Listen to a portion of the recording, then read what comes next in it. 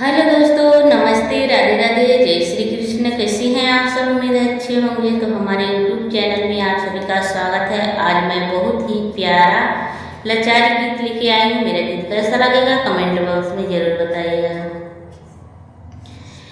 कुआना का पानी बड़ा खारा, बलमा तनी धीरे, बलमा तनी धीरे पुकारा। कुआना का पानी बड़ा खारा, बलमा तनी धीरे पुकारा। हमारे ससुर जी के बाग बगीचा, सूरज के बाग बगीचा, मलिया लगाई 10-12, बलमा तनी धीरे, बलमा तनी धीरे पुकारा। मलिया लगाई 10-12, बलमा तनी धीरे, बलमा तनी धीरे पुकारा। कुआना का पानी बड़ा खारा, बलमा तनी धीरे पुकारा। कुआना का पानी बड़ा खारा, बलमा तनी धीरे, बलमा तनी धीरे पुकारा।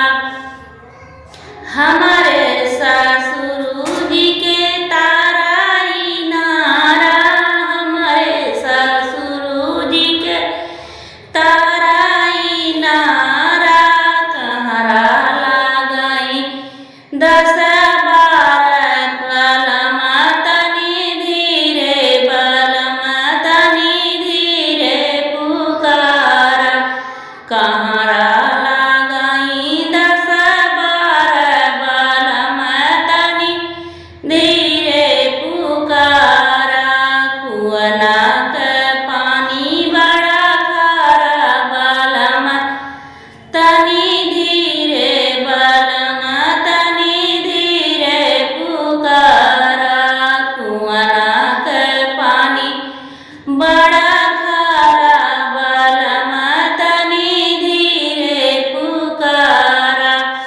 हमारे ससुर जी के महला 2 महला, हमारे ससुर जी के महला 2 महला, नौकर लगाई 10-12, बलमा तनी धीरे, बलमा तनी धीरे पुकारा।